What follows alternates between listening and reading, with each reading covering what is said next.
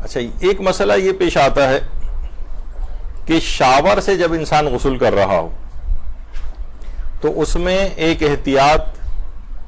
مجتہدین نقل کرتے ہیں۔ دیکھیے، عام طور پر وہ افراد کے جو کہ شاور سے غسل نہیں کرتے، مثلا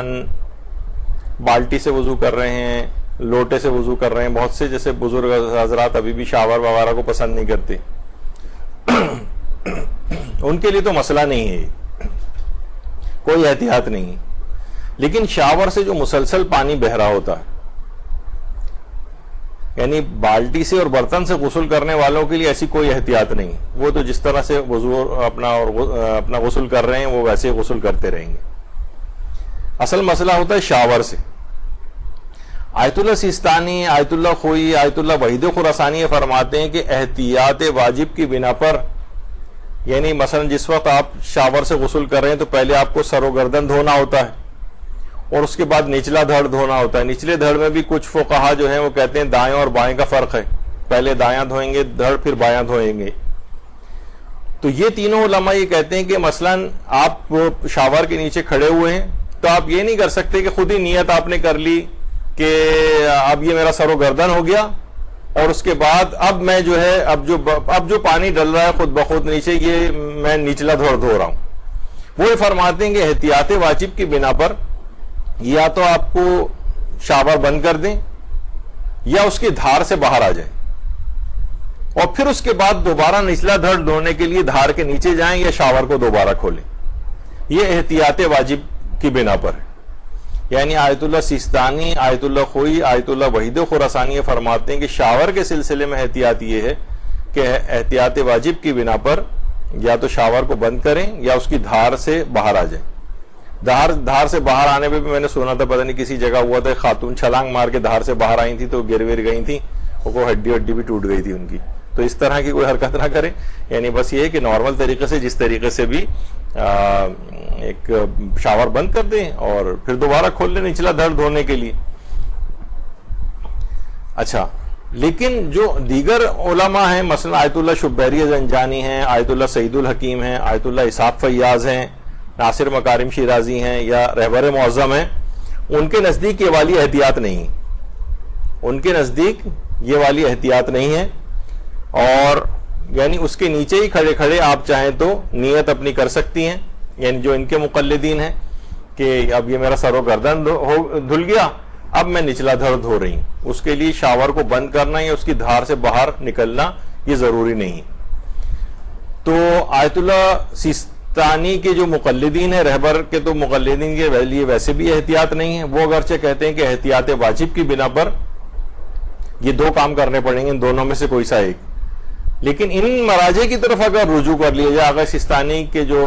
تقلید میں ہیں وہ شبیری زنجانی کی طرف رجوع کر لیں گے، اسحاق فیاض یا سعید الحکیم کی طرف، کیونکہ وحید خراسانی بھی احتیاط واجب ہی لگاتے ہیں، تو اس سلسلے میں ان کے مقلدین ان مراجع کی طرف رجوع کر سکتے ہیں۔ اچھا، بعض اوقات اس کی تو ابھی میں تفصیل میں نہیں جا رہا کہ کسی جسم کو اپنے پاک کرنے میں یا چیز کو پاک کرنے میں بھی یہی والا مسئلہ آ سکتا ہے۔ مثلا آپ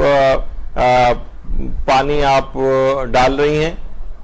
اور مسلسل پانی، تو آپ یہ نہیں کر سکتے جیسے کسی چیز کو مثلا پیشاب کے کپڑے کو 2 دفعہ دھونا ہوتا ہے تو آپ نے خود ہی نیت کر لی کہ یہ 1 دفعہ ہو گیا، پھر اب یہ دوسری دفعہ ہو گیا۔ یعنی کوئی بھی چیز بھی اگر آپ پاک کر رہی ہیں، کوئی برتن یا کوئی اور اس طرح کی چیز، تو اس میں یہ نہیں ہو سکتا کہ بس خود ہی نیت کر لیں، تو اس میں بھی یہ ہے کہ پائپ ہٹائیں یا نل کے نیچے سے اس کو نکالیں اور پھر دوبارہ اس کے نیچے لے کر جائیں، اس طرح سے یہ 2 بنے گا۔ تو بہرحال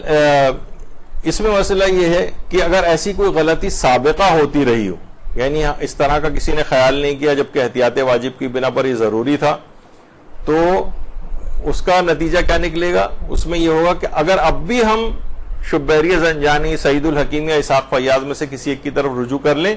تو سابقہ تمام ہمارے غسل بھی ٹھیک ہو جائیں گے،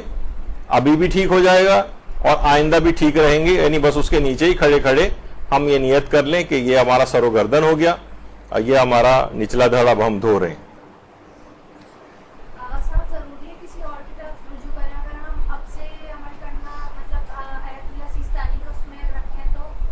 اگر آیت اللہ تو پھر آپ اسی پر رہیں. بلکہ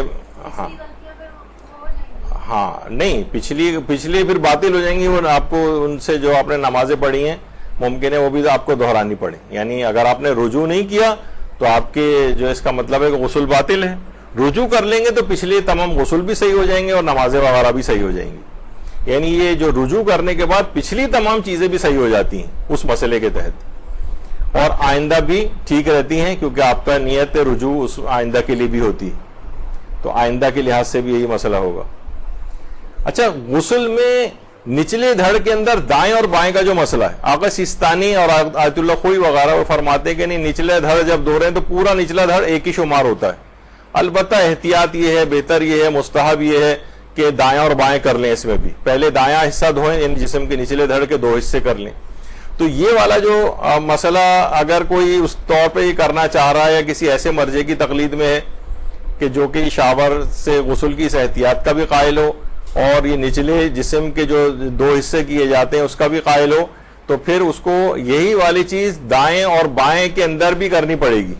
یعنی پہلے سر و گردن دھونے کے بعد شاور کو بند کرے یا دھار سے باہر نکلے, پھر دایاں جسم دھوئے آدھا, یعنی جو دائیں طرف کا حصہ ہے وہ دھوئے, اور پھر اس کے بعد شاور کو بند کرے یا پھر اس کی دھار سے باہر نکلے اور اس کے بعد پھر بایاں جسم دھوئے.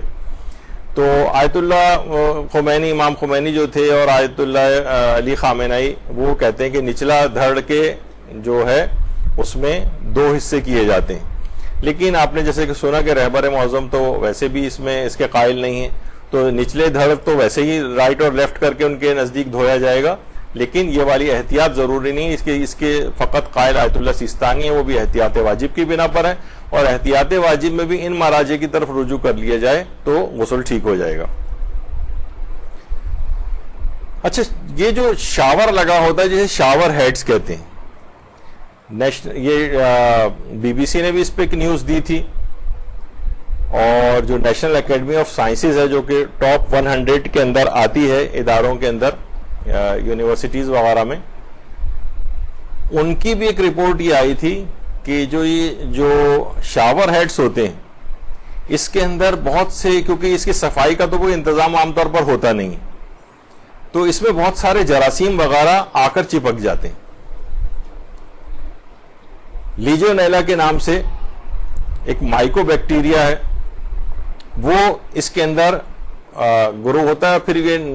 ناک کے ذریعے یہ پھیپڑے میں جا کے نیمونیا بھی کاز کر سکتا ہے, اور ریسپریٹری جو بیماریاں ہیں, انفیکشنز وغیرہ ہیں سانس کی نالی کی, وہ بھی کرتا ہے. اور آج کل تو آپ کو پتہ ہے جیسے کووڈ وغیرہ اور یہ سب کچھ بھی, ظاہر آدمی ہر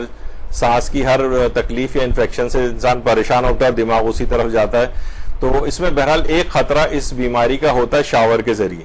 کیونکہ شاور ہر وقت بس اس کے اندر وہ نمی جگہ رہتی ہے, تو وہاں پر کیونکہ اس کی صفائی کا اندر سے انتظام نہیں ہوتا ہے شاور ہیڈز کا, تو اس میں جراثیم آ کر بیٹھ جاتے ہیں, اور اس کے بعد جب آپ کھولتے ہیں اور آپ کے ناک کے ذریعے آپ کے جسم کے اندر چلے جاتے ہیں تو یہ انفیکشن کاز کر سکتے ہیں. کوئی بوڑھا ٹائپ کا آدمی جس کی امیونٹی لیول کافی کم ہے تو اس کو نیمونیاز وغیرہ بھی ہو سکتے ہیں. تو بہرحال اگر کہا جاتا ہے کہ اگر ہر 3 مہینے میں ایک دفعہ ایک معمولی سے ایک پروسیجر اگر گھر کے اندر ہی کر لیا جائے, وہ یہ ہے کہ عام طور پر ایک تھیلی سی اس کے اوپر باندھ دی جائے, اور اس تھیلی کے اندر پہلے سے کچھ آپ لیمو وغیرہ نچوڑ دیں, کچھ نمک وغیرہ ڈال دیں, اور اس کے بعد آگے سے بند کر کے پیچھے سے پانی کھول دیں, اور 2 گھنٹے تک تقریباً اس طرح سے رکھیں. تو یہ جتنے بھی اس کے اندر لیجونیلا جو جراثیم ہیں, جو مائکو بیکٹیریا وغیرہ ہیں, وہ کل ہو جاتے ہیں. اس کے بعد پھر آپ تھیلی کو پھاڑ دیں اور یہ پانی نکل جائے گا. تو اس طرح سے ہر 3 مہینے میں یہ ڈس انفیکٹ ہو جائے گا, یعنی اس کی آپ نے ایک لحاظ سے اس کو صاف کر دیا اس کو. یہ ایک دوسرا ایک اور طریقہ بھی ہے کہ تھیلی کے اندر تھوڑا سا جو وینیگر ہوتا ہے, یہ سرکہ, یہ آپ اس کے اندر ڈال کے اور اس کے اوپر اس طرح کہ جو شاور ہیڈ کا جو اگلا حصہ ہے اس کے اندر ڈپ ہوا رہے, اور 2 گھنٹے تک صرف اس کو اس طرح سے رکھیں. اس کے بعد اس کو کھول دیں اور اس کے بعد پانی نارمل طریقے سے چلائیں, تو جتنے بھی جراثیم وہاں پر جمع ہو گئے ہوں گے وہ سارے کے سارے کل ہو جائیں گے, اور آپ کا یہ ڈس انفیکٹ ہو جائے گا. پھر 3 مہینے بعد دوبارہ اس کو کر لیں, تو اس سے یہ جراثیم لگنے کا اور یہ جو سانس کی کوئی بیماری ممکنہ ہو سکتی ہے اس سے بھی بچت ہو سکتی ہے. تو اس طرح سے اتنا فرق ہو جائے گا, بلکہ کافی اس کی کنڈیشننگ بھی ہو جائے گی شاور وغیرہ کی. تو یہ والا پلمبنگ کا کام بھی ہم نے آپ کو تھوڑا بہت سکھا دیا ہے یہاں پہ, صرف مسائل فقہ کے ساتھ ساتھ.